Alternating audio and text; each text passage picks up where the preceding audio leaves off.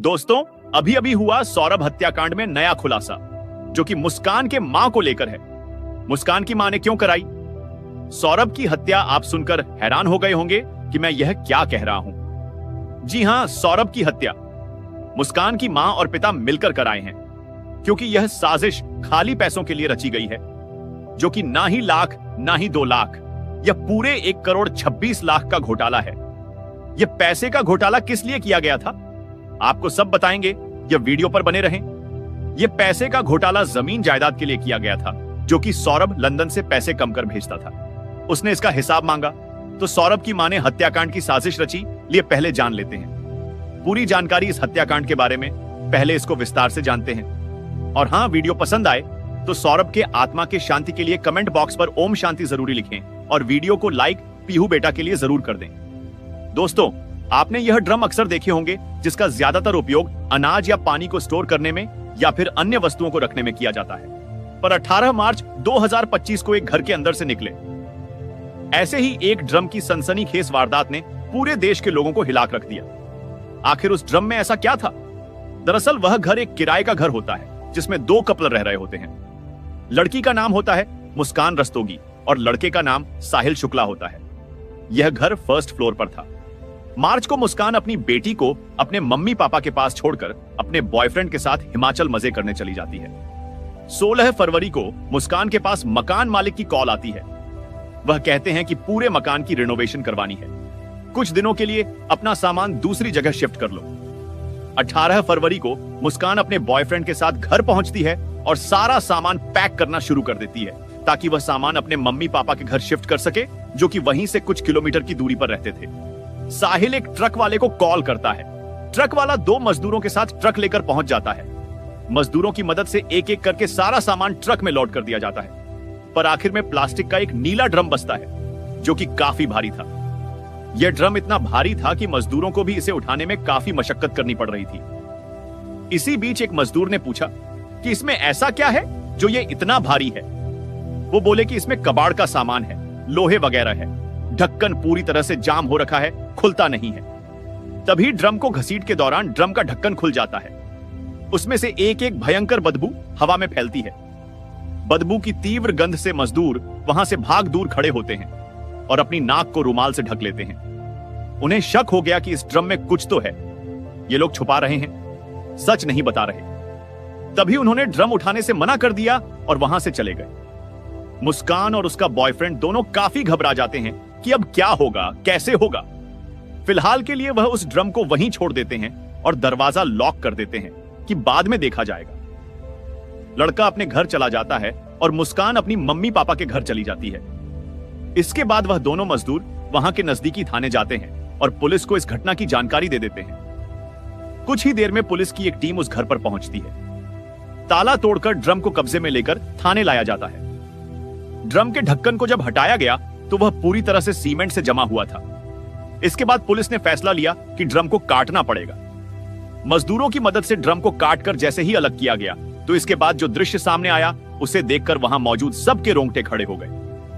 Drum के अंदर से 5 टुकड़ों की कटी सौरभ राज की बॉडी निकलती है, जो पूरी तरह सीमेंट में जमी हुई थी। सौरभ राजपूत कोई और नहीं, बल्कि यह मुस्कान का पति था, जिसकी सौरभ से 2016 में लव मैरिज हुई थी और 2019 में मुस्कान ने एक बेटी को जन्म भी दिया था, जो अभी 2025 में 6 साल की है। पुलिस मुस्कान को हिरासत में लेकर पूछताछ शुरू कर देती है। मुस्कान तो सौरभ से प्यार करती थी, लव मैरिज की थी, 6 साल की बेटी भी थी। तो फिर इस तरह खौफनाक वारदात को अंजाम देने का क्या मतलब था? इसके पीछे की क्या वजह रही होगी? मुस्कान के बयान के बाद साहिल शुक्ला को भी हिरासत में ले लिया गया। अब दोनों ने जो बयान सामने रखा, उसने हर किसी को अंदर से झकझोर कर रख दिया। इनके बयान से जो स्टोरी निकलकर सामने आती है, वो किसी खतरनाक वेब सीरीज से कम नहीं लगती। तो चलिए इस पूरे केस को सिलसिलेवार तरीके से समझते हैं। इस घटना की शुरुआत होती है उत्तर प्रदेश के मेरठ डिस्ट्रिक्ट में आने वाले ब्रह्मपुरी नामक इलाके से। यही इंदिरा नगर लोकेलिटी में मुस्कान का घर होता है। वहीं उसी नगर में कुछ दूर सौरभ का भी घर होता है। यह बात 2016 के दिन की है। अक्सर मुस्कान अपने नाना जी के घर पर आया करती थी, क्योंकि नाना जी एक ज्योतिषी थे, तो आसपास के कई लोग उनसे मिलने के लिए आया करते थे। इसमें सौरभ की मां भी थी। जो कुछ ना कुछ सलाह के लिए बेटे को लेकर आती थी। इसी दौरान सौरभ और मुस्कान की मुलाकात होती है। दोनों की नजरें मिलती हैं। उन दिनों सौरभ मर्चेंट नेवी में काम करते थे। सौरभ के पिताजी एक रिटायर्ड पेट्रोलियम कर्मचारी थे। घर में सौरभ के बड़े भाई बहन सभी लोग थे। यह एक भरा पूरा परिवार था। इनके घर में किसी भी चीज की कमी नहीं थी। इनके पास करोड़ों की संपत्ति थी। भाई बहन भी अच्छी खासी जॉब करते थे। वहीं मुस्कान 9वीं फेल थी। फेल होने के बाद इसने पढ़ाई भी छोड़ दी थी। वैसे इसका मॉडलिंग, एक्टिंग वगैरह में काफी शौक था। इसके पिताजी की एक ज्वेलरी की दुकान होती है जो बाहरी हिस्से में मौजूद होती है। घर में माता पिता के अलावा बड़े भाई बहन भी थे। भाई पिता के काम में हाथ बटाते। 2016 में मुस्कान और सौरभ आपस में मिलने जुलने लगते हैं। मोबाइल पर दोनों लगातार बातें करने लगते हैं। इसी बीच दोनों एक दूसरे के करीब आने लगते हैं। साल आता है 2017 का। सौरभ को मुस्कान से मोहब्बत हो जाती है। वो उसे अब हमेशा के लिए अपना बना लेना चाहता था। मुस्कान भी सौरभ को बहुत चाहने लगती है। इन्हें एक दूसरे से प्यार हो जाता है। बात शादी तक पहुंच जाती है। अब दोनों ने अपने अपने घरों में एक दूसरे के बारे में बताया, लेकिन कोई भी इनके रिश्ते से राजी नहीं था। इन्होंने घर वालों को मनाने का बहुत प्रयास किया, लेकिन कोई नहीं मानता। इसके बाद ये खुद ही घर से भागकर कोर्ट मैरिज कर लेते हैं, क्योंकि इन्होंने घर वालों की मर्जी के खिलाफ जाकर शादी की थी। इसीलिए वह लोग इनसे बहुत गुस्सा भी थे, लेकिन धीरे धीरे मुस्कान के घर वाले दामाद को स्वीकार कर लेते हैं। मगर सौरभ का परिवार मुस्कान को बहू के रूप में स्वीकार नहीं करता। धीरे धीरे सब ठीक हो जाएगा, यह सोचकर सौरभ मुस्कान को अपने ही घर पर रखता है। कुछ दिन बाद सौरभ अपनी मर्चेंट नेवी की जॉब पर वापस लौट जाता है। यह इस तरह की जॉब थी जिसमें कई दिनों व महीनों तक शिप पर ही बिताने पड़ते हैं। इसीलिए सौरभ लंबे वक्त तक घर नहीं आ पाता था। सौरभ अपने परिवार या वाइफ को बहुत मिस करता था। वीडियो कॉल पर ही बातें हुआ करती थी। वहीं दूसरी तरफ मुस्कान की ससुराल वालों से बिल्कुल भी नहीं बनती थी। आए दिन क्लेश, झगड़ा, ये सब देखते हुए सौरभ 2019 में जॉब छोड़कर घर पर ही रहने लगता है। क्योंकि मुस्कान प्रेग्नेंट थी, उसका ध्यान रखना बहुत जरूरी था। प्रेगनेंसी से पहले की बात करें तो मुस्कान घर का कोई भी काम नहीं करती थी। घर पर सारा दिन पड़ी रहती थी। वह जानबूझकर ऐसा करती है ताकि वह सौरभ के साथ किसी दूसरे जगह रहने लग जाए। उसे वहां रहना बिल्कुल पसंद नहीं था, क्योंकि बहुत मनाने पर भी ये लोग शादी के लिए माने नहीं थे। ये गुस्सा अभी भी उसके अंदर भरा पड़ा था। आखिर में हुआ भी ऐसा ही। रोज की किच-किच से परेशान होकर सौरभ अपना घर छोड़ देता है।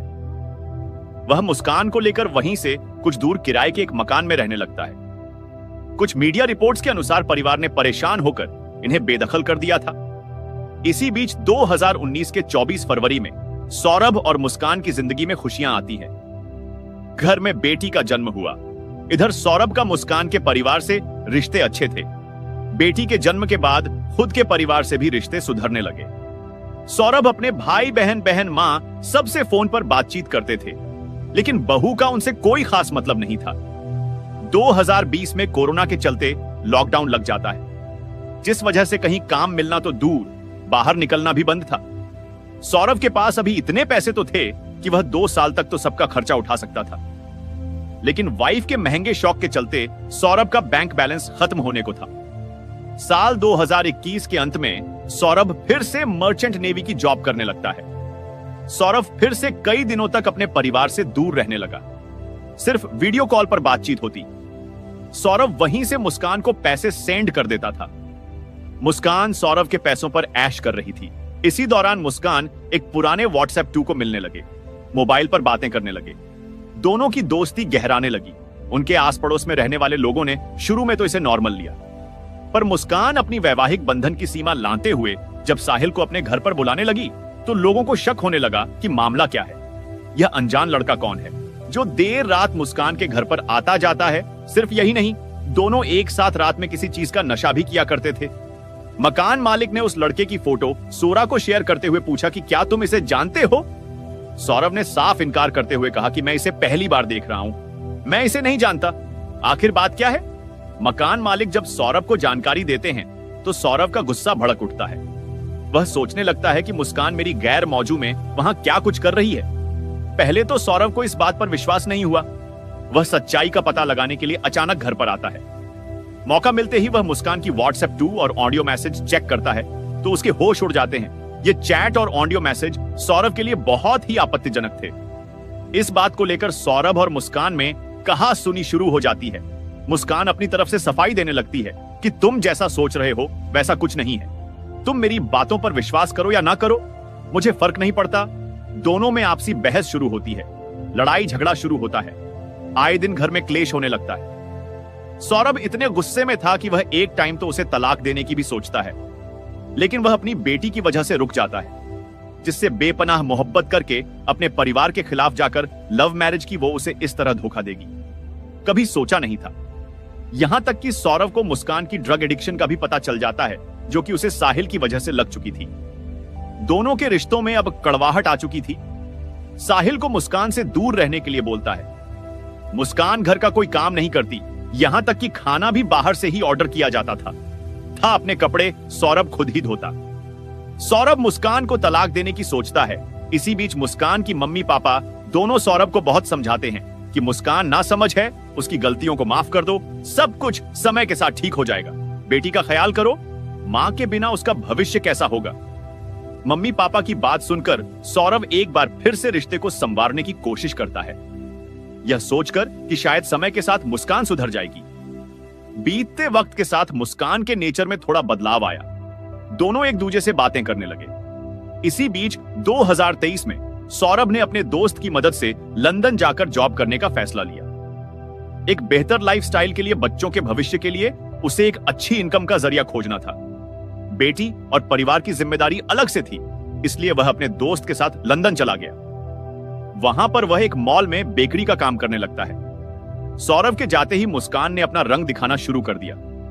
वह फिर से साहिल से मुलाकातें करने लगी, पर इस बार यह सब लोगों की नजरों से बचकर हो रहा था। मुस्कान खुद साहिल के घर जाने लगी। सौरभ की पीठ पीछे जालसाजी और धोखेबाजी और विश्वासघात का खेल चल रहा था। मुस्कान अपने मनमाने तरीके से घर से बाहर रहती। सौरभ जब कॉल करता तो वह कोई ना कोई बहाना लगा देती। सौरभ वीडियो कॉल के माध्यम से अपनी बेटी से बातें किया करता। सौरभ को लंदन में रहते 2 साल के करीब समय बीत चुका था। सौरभ अब घर वापस आना चाहता था और वापस आने के लिए एक अच्छी वजह भी मिल जाती है, और वो थी वाइफ का जन्मदिन, जो कि 25 फरवरी 2025 को था। इसके ठीक 3 दिन बाद यानी 28 फरवरी को बेटी का जन्मदिन था। यह सौरभ के पास एक अच्छा मौका था रिश्तों को और भी बेहतर बनाने का। सौरभ 3 दिन पहले ही अपने आने की खबर मुस्कान को देता है, साथ ही अपने भाई बहन को भी बता देता है। इधर सौरभ के वापस आने की खबर मुस्कान को मन ही मन परेशान कर देती है। वह टेंशन में आ जाती है, क्योंकि इतने समय से जो वह अपनी मनमाने तरीके से साहिल के साथ घूम फिर पा रही थी, रोमांस एंजॉय और नशा कर पा रही थी, वह सब कुछ अब खत्म होने वाला था। वह अक्सर अपनी बेटी को हफ्ते में 1 या 2 बार अपने मम्मी पापा के घर छोड़ देती, ताकि वह बेफिक्र होकर साहिल के साथ समय बिता सके और किसी को पता भी ना चले। आपको बता दें कि इतने समय में मुस्कान का साहिल के साथ अटैचमेंट इतना बढ़ चुका था कि दोनों हमेशा के लिए साथ रहने का फैसला कर चुके थे। लेकिन सौरभ के होते हुए यह आसान नहीं था। वो चाहती तो सौरभ को डाइवोर्स देकर सौरभ से अपना पीछा छुड़ा सकती थी, लेकिन वह अपनी बेटी को भी नहीं खोना चाहती थी। इसीलिए सन की माइंड की मुस्कान ने ऐसा नहीं किया। सौरभ वापस आ रहा है, यह बात उसे अंदर ही अंदर से खाई जा रही थी। इसीलिए अब उसके माइंड में कुछ और ही चल रहा था। वह सौरभ को हमेशा के लिए मिटा देना चाहती थी, लेकिन मुस्कान यह अकेले नहीं कर सकती थी। इसलिए उसने अपने इस प्लान में साहिल को भी जोड़ लिया। हालांकि साहिल को प्लान में शामिल करने के लिए भी उसने एक चाल चली थी। वह साहिल के साथ रहते हुए उसके बारे में उसके दिमाग को अच्छे से समझ चुकी थी। आपको बता दें कि साहिल शुक्ला दिल्ली से चार्टर्ड अकाउंटेंट की पढ़ाई कर रहा था। इसके पिता ग्रेटर नोएडा में किसी प्राइवेट कंपनी में जॉब करते थे। माताजी का तो 18 साल पहले ही देहांत हो चुका था। साहिल के जो बड़े भाई थे वह लंदन में किसी आईटी कंपनी में जॉब करते थे। इनकी बहन भी थी जो कि दिल्ली में नौकरी करती थी। एक और भाई था जो पढ़ाई करता था। यह आदमी साहिल शुक्ला थोड़ा सनकी टाइप का था। इसे लगता था कि इसकी मां इसके साथ है, मगर वह तो 18 साल पहले ही जा चुकी थी। यह आदमी काफी अंधविश्वासी टाइप का था। जादू टोना, भूत प्रेत, आत्माएं, इन सब पर इसे काफी विश्वास था। यह काफी मानता था। यह ड्रग्स एडिक्टेड भी था, और तो और शैतानी शक्ति पाने के लिए यह घर पर शैतान की पूजा करता था। साहिल के इसी अंधविश्वासपन का फायदा उठाते हुए मुस्कान ने अपने भाई के नाम से एक सिम लिया और संगीत करने के बाद तुम दोनों को शक्तियां मिलेंगी, कोई भी अलग नहीं कर पाएगा। साहिल इन सब बातों को सत्य मान बैठता है और मुस्कान के प्लान में शामिल हो जाता है। इस तरह दोनों सौरभ के घर आने से पहले उसकी हत्या की प्लानिंग करना शुरू कर देते हैं। प्लान तैयार हो चुका था। मुस्कान 22 फरवरी को शारदा रोड मार्केट जाती है। वहां से 800 में 2 बड़े चाकू खरीदे।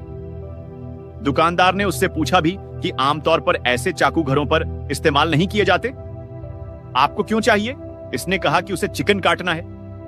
प्लान को अंजाम देने के लिए दोनों 25 फरवरी का दिन चुनते हैं। इस दिन मुस्कान का जन्मदिन था। पहले सोचा कि नींद की दवा देकर उसको सुला देंगे और फिर चाकू से उस पर वार करके हमेशा के लिए खत्म कर देंगे। फिर बॉडी को कैसे ठिकाने लगाया जाए, इस पर वह विचार करने लगे। अब फैसला लिया कि जमीन में दफना देंगे। यह दोनों सोशल मीडिया पर दफन करने के तरीके के बारे में दोस्तों से पूछते भी हैं, लेकिन यह थोड़ा घुमा फिराकर पूछते हैं। पहले कहा कि इनके पास पूजा की कुछ सामग्री है, उसको कहां पर दफन करें कि किसी को पता ना चले। दोस्त सारी प्रक्रिया बता देते हैं। आप पूछते हैं कि थोड़ा ज्यादा सामान है, गड्ढा कितना खोदना पड़ेगा? फिर लास्ट में पूछते हैं कि शव दफनाने के लिए कितना गड्ढा खोदना पड़ेगा। इनकी बातें सुनकर दोस्त भी चकित रह जाते हैं। वह कहते हैं कि ऐसे बातें क्यों कर रहे हो? फिर वे बोलते हैं, अरे मजाक कर रहे हैं। ऐसा बोलकर वह चैट बंद कर देते हैं। दोनों ने दफनाने वाला प्लान कैंसिल कर दिया। इसके बाद यह दूसरी तरकीब सोचने लगते हैं। मुस्कान नींद की गोलियों का जुगाड़ करने के लिए डॉक्टर के पास जाती है और अलग अलग बीमारी व तकलीफ का बहाना बताकर उनसे दवाई लिखवा लेती है। उसका मकसद तो डॉक्टर की मेडिकल पर्ची लेना था। अब वह खुद से डॉक्टर की राइटिंग में उस पर्ची पर नींद की गोलियां लिख देती है। मेडिकल स्टोर से यह पर्ची दिखाकर उसे नींद की गोलियां मिल जाती है। अब समय आता है 24 फरवरी 2025 का। सौरभ लंदन से घर आ चुके थे और अगले दिन 25 फरवरी को वह अपनी बीवी का धूमधाम से बर्थडे मनाते हैं, सेलिब्रेट करते हैं, एंजॉय करते हैं। साथ में बेटी भी होती है।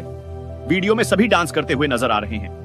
रात के करीब 10 बजे जब बेटी सो जाती है तो मुस्कान सौरभ के लिए एक ड्रिंक बनाती है और सौरभ से पीने का रिक्वेस्ट करती है।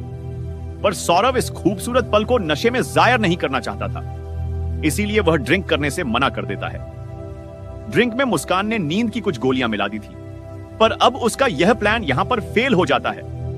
अब मुस्कान प्लान को अंजाम देने के लिए कोई दूसरा दिन चुनती है। आपको बता दें कि सौरभ मुस्कान जितने भी दिन अपने किराए के घर पर रहे, वह सुबह और रात का खाना बाहर से ही ऑर्डर करते थे और रात का खाना सौरभ अपने घर से ही लाता था। इसी बीच सौरभ अपनी वाइफ और बेटी को लेकर अपने घर मम्मी पापा के पास भी जाता है और मुस्कान के मम्मी पापा के घर भी जाता है। तारीख आती है 3 फरवरी 2025। इन दिनों बेटी भी स्कूल में पढ़ रही थी। उसका एग्जाम चल रहा था। 3 मार्च को भी बेटी का एग्जाम था। मुस्कान ने उसको स्कूल में ले जाकर एग्जाम दिलवाया और फिर अपने मायके में ले जाकर उसे छोड़ दिया। यह बात वहां के लोगों के लिए नॉर्मल हो चुकी थी। अक्सर ही मुस्कान अपनी बेटी को नानी के घर पर ले जाकर छोड़ देती थी। नाना नानी उसका ध्यान रखते थे। मगर इस बार जब मुस्कान इसे अपने घर पर लेकर आई तो माता पिता थोड़े हैरान होते हैं। उन्होंने पूछा कि इसका एग्जाम चल रहा है, यहां पर क्यों लेकर आई हो? मुस्कान कहती है कि मैंने अपने पति के साथ वेकेशन पर जाने का प्लान किया है। मैं शिमला जा रही हूं। मैंने इसके एग्जाम को लेकर स्कूल में बात कर रखा है। जब मैं लौट कर आऊंगी तो इसे एग्जाम दिलवा दूंगी। इधर मुस्कान ने अपने घर वालों को कम से कम यह तो बता दिया था कि वह घूमने जा रही है, लेकिन सौरभ ने ऐसा कुछ भी अपने घर वालों को नहीं बताया था। 3 मार्च की रात में सौरभ हमेशा की तरह अपने घर से खाना लेकर आते हैं। मां ने इनका फेवरेट भोजन कोफ्ता बनाकर पैक किया था। सौरभ ने उसको लाकर मुस्कान को दे दिया और कहा कि इसे परोस दो।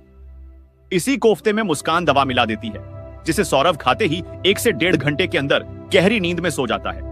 मुस्कान कुछ घंटे और वेट करती है ताकि दवा अच्छे से असर करे। फिर उसने 11 बजे से 12 बजे के बीच साहिल को कॉल करके घर पर बुलाया। 1 बजे के आसपास वह आता है। बेडरूम में सौरभ सो रहा था। वारदात को अंजाम देने से पहले दोनों थोड़ा सा नशा करते हैं ताकि घबराहट महसूस ना हो। साहिल ने मुस्कान से कहा कि किचन से वह चाकू लेकर आओ जो कि खरीद कर लाई थी। इसने आगे कहा कि पत्नी ही पति का वह करेगी, लेकिन मुस्कान की हिम्मत जवाब दे रही थी। साहिल ने उसको हिम्मत दी और खुद भी उसका हाथ पकड़ लिया। दोनों ने एक साथ चाकू से सौरभ का सीना छन्नी कर दिया। सौरभ दम तोड़ देता है। कत्ल के बाद दोनों उसे बाथरूम में घसीटते हुए ले जाते हैं। साहिल ने सर को और दोनों हथेलियों को शरीर से अलग कर दिया। मुस्कान ने बैग और प्लास्टिक की थैलियां भी खरीद रखी थी। सबसे पहले एक थैली में सर और दोनों हथेलियों को रखते हैं। बाकी शरीर के हिस्से को प्लास्टिक में लपेटकर बैग में भर दिया और उसे बेड के स्टोर बॉक्स में डाल दिया। मुस्कान ने ब्लिंकट से 10 किलो ब्लीच मंगा रखे थे। दोनों उसी से घर के फर्श को और बाथरूम की फर्श को अच्छे से साफ करना शुरू करते हैं। साहिल थैली लेकर चला जाता है जिसमें सर हथेलियां थीं। अभी रात के 3 बज चुके थे। अब अकेले मुस्कान को घर में डर लगने लगा। बेड के नीचे साहिल का शरीर पड़ा था। इसने फिर साहिल को कॉल किया और कहा कि मुझे डर लग रहा है। साहिल इसे अपने घर पर आने को कहता है। मुस्कान साहिल के घर चली जाती है। अब वहां पर दोनों सोते हैं। उसके बाद सुबह दोनों उस थैली को लेकर वापस घर आते हैं। मुस्कान से साहिल ने कहा कि मार्केट जाओ, सीमेंट, ड्रग और बालू लेकर आओ। मुस्कान शारदा मार्केट घंटा घर के पास जाकर सामान खरीदती है। वह साहिल के बताए गए अनुसार अलग अलग दुकानों से सामान खरीदती है ताकि किसी को कुछ शक ना हो। इसके बाद सारा सामान लेने के बाद वह एक ऑटो बुक करवा के सारा सामान उसी पर लोड करवाती है और अपने ठिकाने पर पहुंचती है। इसके बाद इन्होंने ड्रम में सब कुछ भरकर बॉडी को उसी ड्रम में डाल दिया और सीमेंट से सील कर दिया, ढक्कन बंद कर दिया। सीमेंट की वजह से ढप पूरी तरह जाम हो चुका था। ये दोनों ड्रम को यहां पर रूम में ही रख देते हैं और ताला लगा देते हैं। फिर यह अगले दिन कैब बुक करके घूमने चले जाते हैं किराए वाले घर पर। जितने भी पैसे मौजूद थे मुस्कान ने सारे पैसे ले लिए थे, जो कि 80 से 84 हजार थे। सारे पैसे लेकर वह घूमने के लिए निकल जाते हैं। मुस्कान सौरभ का मोबाइल और चार्जर अपने पास रख लेती है। अब 4 तारीख का दिन था। सौरभ के घर वालों को यह सब पता नहीं था कि सौरभ कहीं बाहर जा रहा है। वह कुछ बता पाता उसे? पहले ही वह इस दुनिया से जा चुका था। इधर सौरभ की मम्मी को लगा कि वह आज भी खाना लेने आएगा। 4 मार्च को उसकी मां खाना पकाकर पैक करके वेट कर रही थी कि बेटा आएगा। काफी देर वेट करने के बाद भी जब वह नहीं आया तो मां ने उसको कॉल किया, मगर वह फोन नहीं उठाता क्योंकि मोबाइल तो मुस्कान के हाथ में था। लेकिन थोड़ी देर के बाद मुस्कान सौरभ के बड़े भाई के व्हाट्सएप 2 का दिन ऐसे ही बीत जाता है। 5 मार्च से मुस्कान सौरभ के मोबाइल से मुस्कान सौरभ बनकर सभी भाई बहनों को यह बताती है कि मैं अपनी वाइफ के साथ शिमला घूमने जा रहा हूं। यह ऐसा इसलिए करती है ताकि सबको लगे कि मुस्कान सौरभ के साथ है। जब भी कोई सौरभ के नंबर पर कॉल करके बात करना चाहता तो मुस्कान या तो कॉल को नहीं उठाती या फिर उसे काट देती और मैसेज में लिख देती कि वह बाहर है, अभी फोन नहीं उठा पाएगी। घर वालों को भी कोई शक नहीं होता। उन्हें लगा कि सौरभ लंबे समय के बाद घर लौटा है तो बीवी के साथ समय बिता रहा है, एंजॉय कर रहा है बहन ने कि बेटी को क्यों नहीं ले गई। मुस्कान ने यह लिखकर मैसेज सेंड किया कि यहां पर -10 डिग्री सेल्सियस तापमान है। वह अभी छोटी है, उसकी तबीयत खराब हो जाती, इसीलिए नहीं लाए। सौरभ के मोबाइल से यह लड़की फोटोज पोस्ट कर रही थी, स्टेटस लगा रही थी, चैट्स में बात कर रही थी। परिवार से इतने खतरनाक वारदात को अंजाम देने के बाद यह दोनों हिमाचल के शिमला पहुंचकर जिस तरह बेखौफ अंदाज में हर पल एंजॉय कर रहे हैं, इससे यह साफ है कि इन्होंने जो किया इसका इन्हें कोई पछतावा नहीं, बल्कि यह बेहद खुश नजर आ रहे हैं। मुस्कान अपने आशिक के साथ हिमाचल के शिमला, मनाली और कसौली जैसे खूबसूरत शहरों में घूमते, मजे करते, वहां पर यह अलग अलग होटल्स में ठहरते। वहीं पर मुस्कान ने साहिल का बर्थडे भी मनाया। कुछ मीडिया रिपोर्ट्स के अनुसार दोनों ने वहां पर जाकर किसी मंदिर में शादी भी कर ली थी। इन्होंने होली का त्योहार भी वहीं मनाया। घटना के 14 दिन तक ये अच्छे से घूमते हैं, एंजॉय करते हैं, लेकिन जब पैसे खत्म हो गए तो घर वापस आना पड़ता है। वापस आने का एक और कारण था।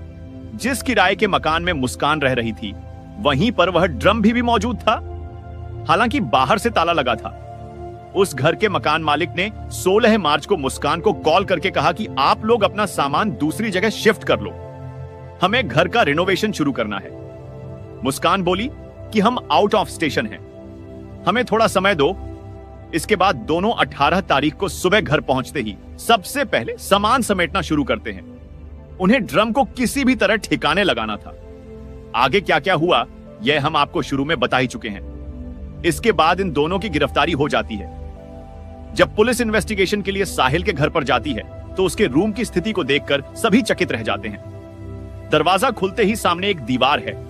दीवार पर भगवान शिव के आदि योगी रूप का चित्र बना हुआ है। साथ साथ कई और भी अलग अलग चित्र बने हुए हैं। यहां पर काला जादू वाले शैतान का चित्र भी देखने को मिलता है। सौरभ और उसकी मां की तस्वीरें भी वहीं पर थी। सारी चीजों को देखकर लगा कि साहिल जरूर काले जादू में इवॉल्व है। दीवारों पर कुछ तांत्रिक चिन्ह और शैतान की पेंटिंग उकेरी हुई थी, जिससे यह माना जा रहा है कि साहिल तंत्र मंत्र की प्रैक्टिस किया करता था। साहिल शुक्ला के घर पर पुलिस को एक पालतू बिल्ली भी मिली है। अक्सर जादू टोना करने वाले लोग बिल्ली का इस्तेमाल करते हैं। पुलिस ने यहां पर कड़ी शंका जताई कि साहिल काला जादू किया करता होगा और इसका लक्ष्य तांत्रिक या अघोरी बनना था। यह भी खबरें आ रही हैं कि यह आदमी सर और हथेली को यहां पर इसलिए लाया था ताकि शैतान को खुश कर सके। हथेली को इसीलिए अलग किया ताकि किस्मत की लकीरें मिटा सके, इस पर पाप ना आए। मुस्कान के माता पिता का कहना है कि वह लड़का बेटी को नशे का आदी बना चुका था। अगर वह साहिल से दूर रहती तो नशे कैसे कर पाती, इसीलिए मुस्कान उसके साथ रहना चाहती थी। उसको नशे की लत लग चुकी थी। साहिल बोल रहा था, मेरी बेटी को क्या, अब हमें नशा करने को नहीं मिलेगा, इसलिए इसे मारना पड़ेगा। अच्छा पता है कि सौरभ इससे ब्लाइंड लव करता था। अच्छा लड़की ही बदतमीज थी हमारी, यह नहीं पता था कि वो बदतमीज लड़का साहिल उसे नशे करवा रहा है। तो भाई दूसरी तरफ सौरभ के घर वालों का कहना था कि इसमें मुस्कान के परिवार के लोगों का भी हाथ शामिल है। सौरभ अच्छे खासे पैसे कमाता था जो उनको देता भी था। यह लड़की बिना किसी फैमिली सपोर्ट के इतना बड़ा काम कैसे कर सकती है। सौरभ इनसे अपने पैसे वापस मांग रहा होगा, इसलिए इन लोगों ने उसे रास्ते से हटा दिया। बेहरहाल पोस्टमार्टम के बाद 19 मार्च की शाम तक सौरभ काश्यप परिजनों को सौंप दिया जाता है, जिसके बाद उसका अंतिम संस्कार होता है। उसमें मुस्कान के माता पिता शामिल नहीं हुए। पुलिस मुस्कान और साहिल को अरेस्ट करके जेल भेज देती है। इसके बाद पुलिस जैसे ही इन दोनों को लेकर पेशी के लिए मेरठ कोर्ट पहुंचती है, तभी कोर्ट के बाहर खड़ी वहां के लोगों की भीड़, जिसमें ज्यादातर वकील शामिल थे, वे सब इन दोनों की हरकतों से इतना गुस्से थे कि वे सब इन दोनों पर ताबड़तोड़ लात घुसों की बरसात करने लगते हैं। दोनों आरोपियों की निशानदेही पर खतरे में यूज किए हुए चाकू, दोनों के मोबाइल फोन जिसमें इनकी तस्वीरें थी, व्हाट्सएप 2 थी, इसके अलावा कई और चीजें भी थी। फर्श को साफ करने में जितने भी केमिकल्स यूज किए सब कुछ बरामद कर लिए जाते हैं। यह दोनों अब सलाखों के पीछे हैं। जल्द ही दोनों को अदालत कड़ी से कड़ी सजा सुनाएगी। बाकी आपका इस घटना पर क्या कहना है, अपनी राय कमेंट में जरूर बताएं। आज देर शम थाना ब्रूडी पुलिस को इंदिरा नगर में एक मर्डर की सूचना मिली थी। सूचना के आधार पर उस मौके पर पहुंचकर जांच प्रथा में पूछता की तो पाया गया कि एक सौरभ राजपूत नाम के व्यक्ति है जो कि मर्चेंट नेवी में कार्यरत थे। ये 4 तारीख को अपने घर आए थे और तब से ये देखे नहीं गए थे। शक के आधार पर इनकी पत्नी मुस्कान और उसके मुस्कान का एक प्रेमी है साहिल, उसे पूछताछ के लिए पुलिस ने बुलाया था और पूछताछ के दौरान इन्होंने अपना चुन को बुलाया। इन्होंने बताया कि 4 तारीख को साहिल ने और मुस्कान के साथ मिलकर जो सौरभ है उनके चाकू से मारकर हत्या कर दी थी। हत्या करने के बाद उन्होंने शव के टुकड़े कर एक टब में डालकर उसे सीमेंट से भर दिया था और पुलिस द्वारा जो शव है उसको रिकवर कर लिया गया है। शव को पोस्टमार्टम के लिए मोर्चरी भिजवाई गया और इसमें जो दोनों ही साहिल और मुस्कान, इन दोनों को हिरासत में ले लिया गया, गिरफ्तार कर लिया गया है।